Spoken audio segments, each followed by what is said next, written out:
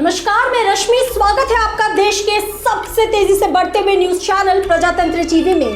राजस्थान की राजनीति में जो खेल थम गया था, बीते दिनों पायलट गुट के विधायक हेमाराम चौधरी के इस्तीफे के साथ ही दोबारा शुरू हो गया है। हेमाराम गुड़मालिनी से विधायक थे। कहा जा रहा था कि वो अपने इलाके में बाड़मेर के बायतू से विधायक और सरकार में राजस्व मंत्री की जिम्मेदारी संभाल रहे हरीश चौधरी के बढ़ते दखल से परेशान थे। आरोप लग रहे हैं कि सचिन पायलट का साथ देने की वजह से भी उन्हें परेशान किया जा रहा था। वो भी सियासी तूफान में पायलट के साथ पतवार थामे हुए थे।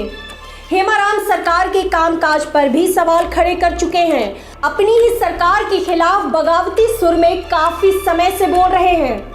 आलाकमान का सचिन पायलट के साथ जो भी समझौता हुआ उसमें उन्हें कुछ नहीं मिला और अहमद पटेल की अगुवाई में जो कमेटी गठित की गई उसमें पटेल की मौत के बाद काम बंद है।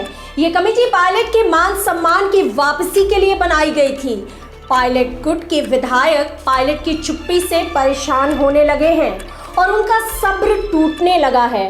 8 असंतुष्ट विधायकों ने भी सरकार के खिलाफ मोर्चा खोला था। विधानसभा में 50 विधायकों को बिना माइक वाली सीट देने पर भी मुद्दा गरमाया था। इसी मुद्दे पर विधानसभा अध्यक्ष सीपी जोशी और विधायक रमेश मीणा के बीच बहस भी हुई थी और उन्होंने विधानसभा के बाहर अपनी परेशानियों को लेकर राहुल गांधी से मिलने की बात की थी। इसलिए नाराज विधायकों को देखते हुए एक बार फिर राजनीतिक गलियारों में आशंका सुनाई देने लगी है कि पिछले साल की तरह गहलोत को एक बार फिर सियासी संकट का सामना करना पड़ सकता है। राजस्थान में तीनों सीटें राजसमंद, सुजानगढ़ और सहारा में 2 सीटें सुजानगढ़ और सहारा में जीत के बाद गहलोत खेमे का मनोबल ऊंचा है। आलाकमान भी उनकी तारीफ कर रहा है। दूसरी ओर पायलट खेमे में नाराजगी है क्योंकि अगर गहलोत उपचुनाव में सीटें गंवाते तो पायलट खेमे को उन पर सवाल उठाने का मौका मिलता। राजसमंद सीट भाजपा के पास बनी रही। बीते साल जब सचिन पायलट ने अपने गुट के 18 विधायकों के साथ हरियाणा में डेरा डाला तो राजस्थान में सियासी तूफान आ गया। लगा एक बार फिर कांग्रेस का तख्त एक और राज्य से फिसल जाएगा। एक बार फिर उसके लिए मुश्किलें अपनों ने ही खड़ी की थी। कांग्रेस आपसी लड़ाई जो अधिकारों को लेकर की थी और उससे उपजी नाराजगी का सामना कर रही थी क्योंकि जो खेमा पर्दे के पीछे बना हुआ था अब वह न सिर्फ आगे आ गया बल्कि खुले तौर पर बंटने का ऐलान कर चुका था।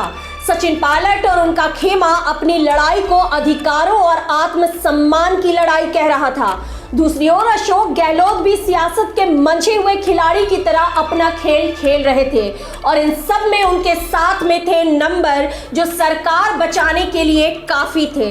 कांग्रेस आलाकमान के बहुत मान मनव्वल या मजबूरी के बाद वो एक सिपाही की तरह लौटे और राजस्थान का सियासी तूफान थम गया।